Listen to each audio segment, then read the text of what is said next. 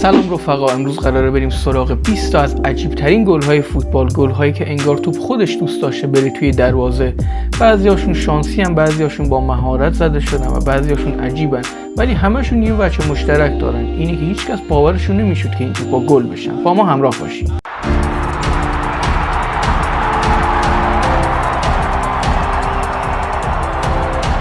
تا حالا ندیده بودم بازیکنی با کمک مدافع تیم حریف گل بزنه.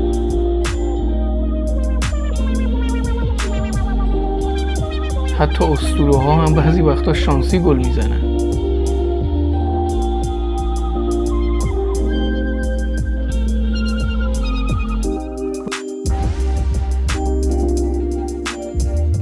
وقتی هم مهاجمی، هم زرنگی، هم خوب پرس میکنی، هم شانس میاری.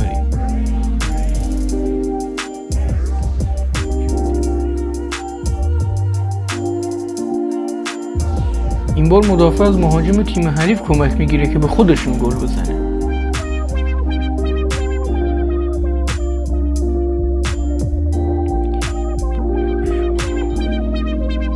دریبل یا شانس؟ گل بعدی که میخوایم ببینیم از بازیکنیه که معلوم نیست دریبل زده یا شانس آورده.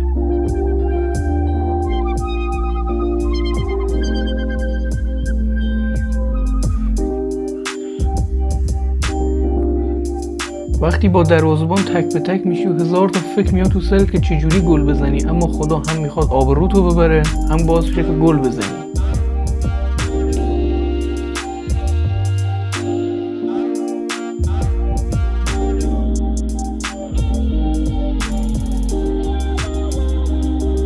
این همه از خوششانسی بازیکن‌ها دیدیم، حالا یه دونه از خوششانسی دروازه‌بانا ببینیم.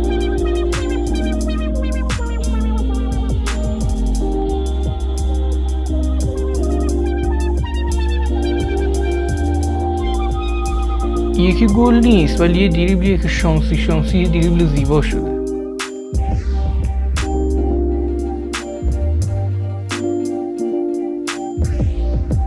یکی دیگه اصلا معلوم نیست با کجاش گل زده.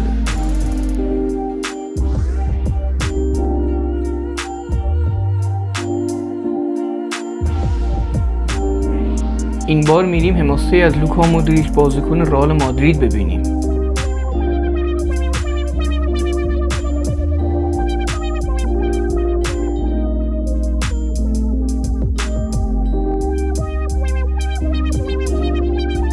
حتی خدا هم بعضی وقتا شانس میاره.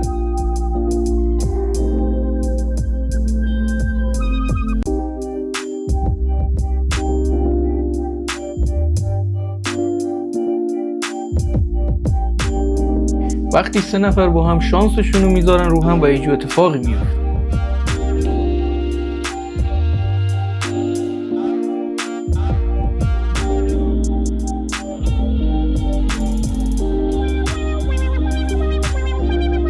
باز هم حماسه از دروازه‌بان ها، ولی این بیشتر واکنش تا شانس.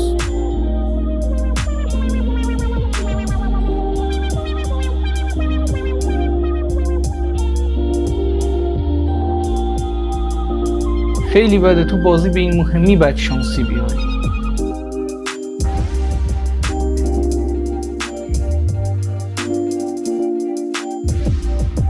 اگه هویج میذاشتن اون وسط این گل نمیخوردن.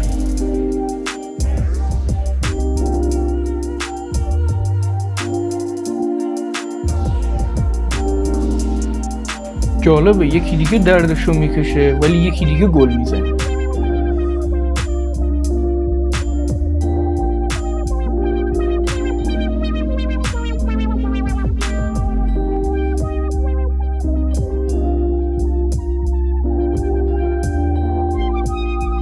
باز هم همون داستان دروازه‌بان و هویج، ولی خودمونیم. یه گل قشنگی بود.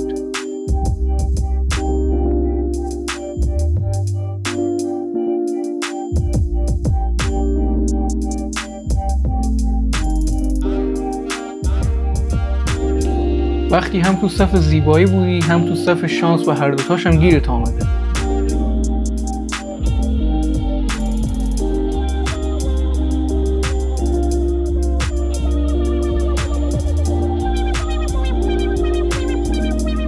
هم تو صف خوشگلی بودی هم تو صف شانس، ولی شانس گیرت آمده.